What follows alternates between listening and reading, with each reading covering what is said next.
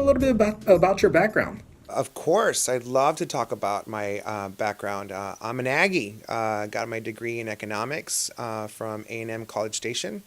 And then I went and got my master's in business at Houston Baptist University out of Houston. And I worked in banking prior to working for the city of Robstown for about 15 years, commercial banking in Houston. Uh, then moving here to Robstown, I have worked in the EB5 market, helping build the outlet mall. And for the past 3.5 years, I have been the chief administrator and city secretary for the city of Robstown. Now let's go a little bit into your role. Most people will call that a city manager at other cities. Is that correct? The titles that they have usually are city administrator, city manager, for the city manager role. City secretary, what that entails is more about open government and open meetings, open records, that kind of stuff. In Robstown, we're very unique. We have dual roles as a city secretary and a chief administrator. So we're very rare. It's very rare for the city secretary to also be the chief administrator. I think we're probably one of the very few towns that are left like that. Most of the towns that are like that are a lot smaller than us. I bet there's a lot more work doing that as Oh handling yeah. double duty. The chief administrator role dominates my time. I mean, we're always working on, of course, public relations. I've learned a lot about the police department. I've learned a lot about the fire department, public works, the our criminal justice and judicial system here, our local municipal court, even some about our utilities. So it's very funny because my background is commercial banking, and what people don't understand if you don't know what it's like to be a commercial banker, you have clients in all types of industries. So my job as a commercial banker literally vetted me for this position because deal with all types of industries, being the chief administrator for a city. So it's kind of unique when I pivoted and transitioned into this role to kind of have a similar role here where I'm dealing with, firemen, I'm dealing with policemen, I'm dealing with emergency management EMS, I'm dealing with emergency management during a hurricane, I'm dealing with the media. So it's just a lot of balls up in the air and learning to balance all of them. How has the Robstown economy grown since you've been here? Well, to be quite honest with you, my first degree is in economics, and when I first got here, the economy was doing great because I wasn't the chief administrator at the time. We were building the outlet mall. The oil and gas market was doing great. It was before the Eagle Ford bust. When the Eagle Ford bust came in right around 2012, 2013, the sales tax dropped in Robstown. So when I took the baton over in July of 2013, we had a $2.5 million deficit that we had to cut the budget, and we were past due $2.5 million. So I wasn't a friend that was put in the position. They got me because of my finance background. But this is my third full year already complete, going on my fourth. We're finally going to be in the black at the end of this fiscal year. I'm excited that we're finally going to be in the black and start building reserves. And we're changing the mindset of our folks around here in Robstown. I think before everybody focused on grants. And because I'm so economics and business driven, I tell people to focus on our economy. I think we have a great geographic location right on I-69 next to Calallen. And I think that Robstown and Calallen combined, we're a force to be reckoned with in Western Nueces County if we combine and we work together, which we've been pushing big time.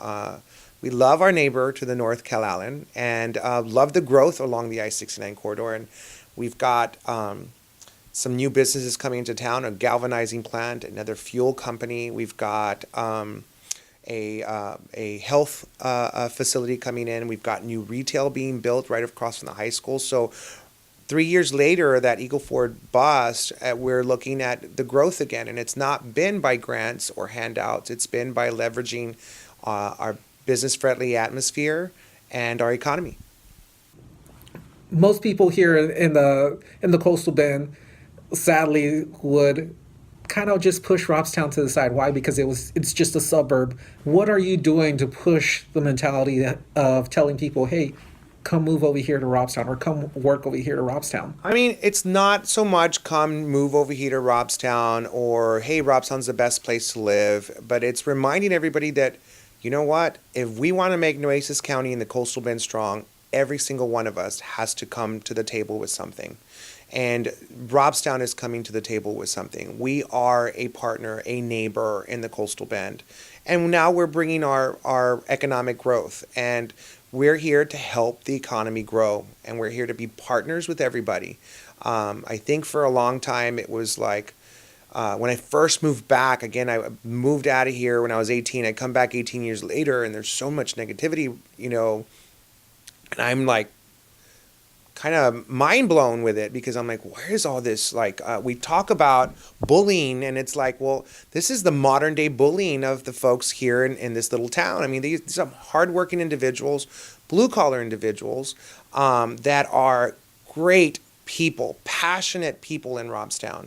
So I didn't get it. And then coming back, I still don't get it. But I think it's about time, when you talk about public relations, is every once in a while you have to toot your own horn.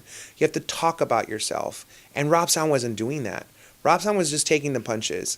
And we're not punching back. We're just talking now. We're letting people know what the good things are in Robstown and how great our little town is. I'm telling you right now, if you have any type of comfort food fetish, come to Robstown, go to Robstown. We have all the best places to eat. I mean, you're talking about from Rotten Rolls to MG's to Barrera's Fried Chicken. Come, taquerias. We've got the best ones in town. So all it is we're just going to start talking about ourselves so people can break through that barrier. Because I'm going to tell you right now, if you go to Rotten Rolls, MG's for lunch, it's packed. And it's not Robstonians that are there. It's people from the Coastal Bend. What is Robstown doing to push and take out the stigma of bad politics here? I think it's a lot of this stuff a lot of things like policies had not been reviewed in a while. So we're looking at changing some of the HR policies within the city of Robstown.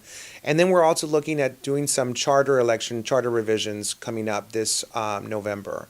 I think it's important for us to make sure that our charter is relevant when it comes to the Texas codes and laws, because a lot of it is archaic and needs to be updated. And a lot of the appointments within our charter are council and mayor driven, and they may change. And we're hoping the citizens of Robstown will look and see what is better for them when talking about these changes. And we're hoping that the citizens of Robstown make the right choice. And I don't want to say what the right choice is because I want to leave it to them. But these updates, for me, on my end, I feel like my personal opinion will be to remove some of that political stigma to these council seats, to where going forward, when I'm not here, I can be proud to say that those seats are no longer political, because they are no longer political appointments like the city secretary or like the chief of police, that hopefully they can be qualified driven by folks that meet qualifications for professionalism in that industry.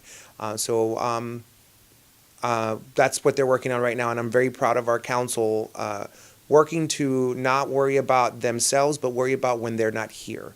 Because I think that's the most important thing: is what is your legacy? What are you leaving behind? You are balancing the budget. You're trying to bring industry. You're trying to change the stigma, but at the same time, what are you doing to leave a permanent change that this stuff won't creep back in?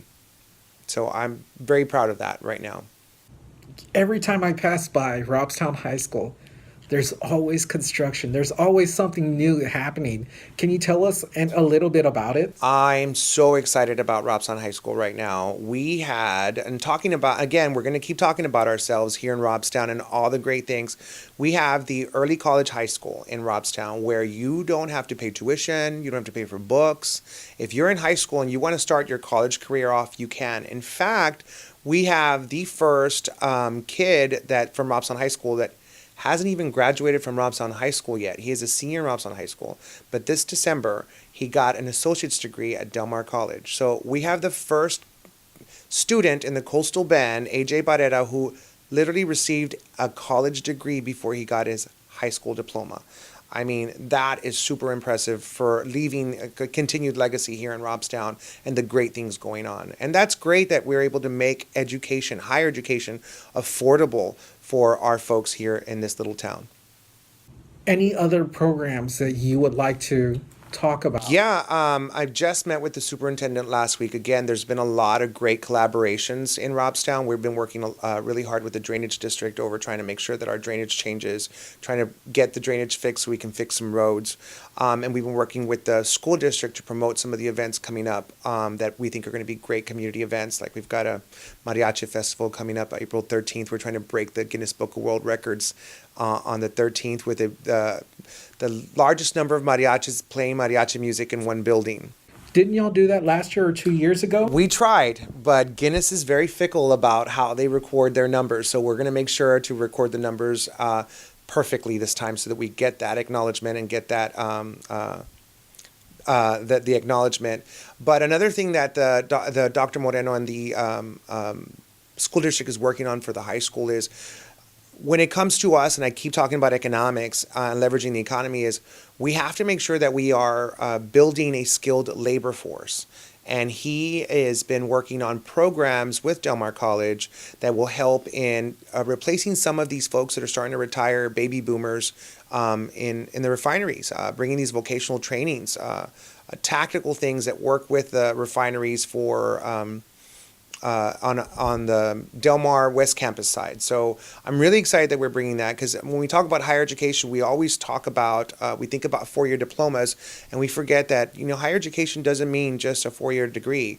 It could be vocational training. So again, just building that skilled labor force from our area. Mostly everything in Nueces County is about, Corpus Christi. And the county courthouse there in Corpus Christi. How has the relationship been since you first got here between the commissioner's court and you since you've been here?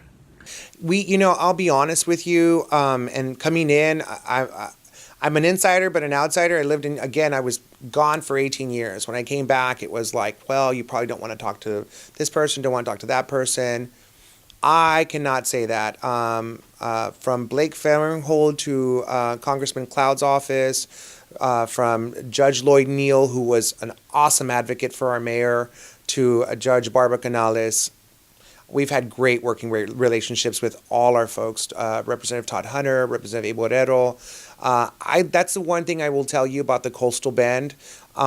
Sometimes politics can get a little ugly, but they've been great. I think we've had some great working relationships. Judge Lloyd Neal even said in one meeting, and I love him for it, and he was like, things in Robstown have really changed. And I grabbed that recording and I posted it on our Facebook, because I told my IT guy, I said, got to get that on our Facebook, because he meant it. I mean, I know he speaks from passion. He was like, you guys are different now. And I'm glad that they see the difference, and that they see that we've kind of opened our doors, and we're, again, working with, not working against the Coastal Bend. So what are your plans for the future? What are you looking forward for the city? My plans for the future are to leave some policies in place that keep our citizens' best interests at heart.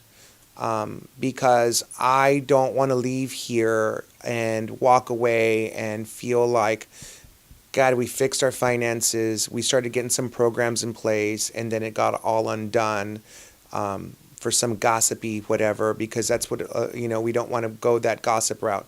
I want to leave a lasting legacy. So for me, that's what it is. And not only that, but create some succession planning. I don't plan to be here forever, but I do want to make sure that we have folks that keep the same mantras around, and whoever fills the shoes that I leave behind fills them and brings in a gusto and can continue that growth and continue a mindset and maybe bring a different and new, fresh perspective. I think change is good every so often. I know people don't like change, but I think it's great. I mean, I think you bring a new, fresh perspective. So for me, it's just leaving a policy in place that will be that'll lend itself to change, and be a change agent within itself, so that we have these changes definitely materialize and create traction all over the city. Is there anything that else you want to add? Those have been some great answers. I just want to commend the mayor and council, because You know, I am a numbers guy, and you will hear me talk economy and numbers all day long. But those guys bring the passion. The mayor is an educator herself, and we have seen Cotton Fest become such a great event with the barbecue cook-off of over 10,000 with over 80 participants, and then we've seen she created this Winter Wonderland program. We had our fourth annual Winter Wonderland where we're able to give gifts to about 500 kids in Robstown, and they get to take pictures of Santa, and it's a free carnival. And then for the first year, this is the third year we implemented the program, and for the first year, there was a bidding war for all the kids from Robstown at the livestock show. So those kids were before they were either not being bought or going below bid. No, these kids, there was a bidding war thanks to a few businesses here in Robstown, including Domino's Pizza, including DNSS Construction. So it just having these people come in and do that for our kids and creating that passion for our kids and that pride, that civic pride being from Robstown and having that bidding war for our kids, I love it. I mean, it makes my job so much more better because again, I am that numbers guy and I tend to want to see production and want to see, initiatives change when it comes to HR and ordinances and so forth. And these guys, they bring the passion and they tie it back to our citizens. And I mean, I can't give them enough kudos for that.